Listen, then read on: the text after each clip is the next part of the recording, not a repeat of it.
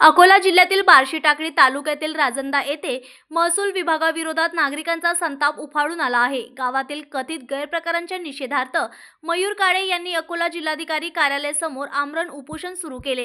तलाठी नाना इंगळे, सुदेश चराटे आणि संबंधित मंडळ अधिकाऱ्यांवर कारवाई करण्याची त्यांची मागणी आहे। संबंधित तलाठी गेल्या 20 वर्षापासून एकाच ठिकाणी कार्यरत असून अवैध मुरुम आणि वाळू उत्खननाला संरक्षण दिल्याचा गंभीर आरोप करण्यात आला आहे। दोषींवर तात्काळ बदली आणि कठोर कारवाई झाली नाही तर आंदोलन तीव्र करण्याचा इशारा उपोषणकर्त्यांनी दिला आहे।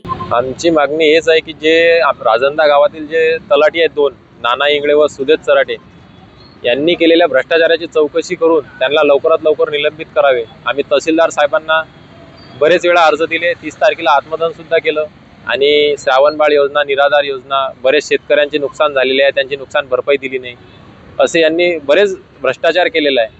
आमची कलेक्टर साहेबांना एकच विनंती आहे की तलाठी व मंडळ अधिकारी आणि तसेच तहसीलदार ज्यांनी यांना वेळोवेळी आळी घातले अशांची चौकशी लवकरात लवकर करावी आणि यांना निलंबित करावे।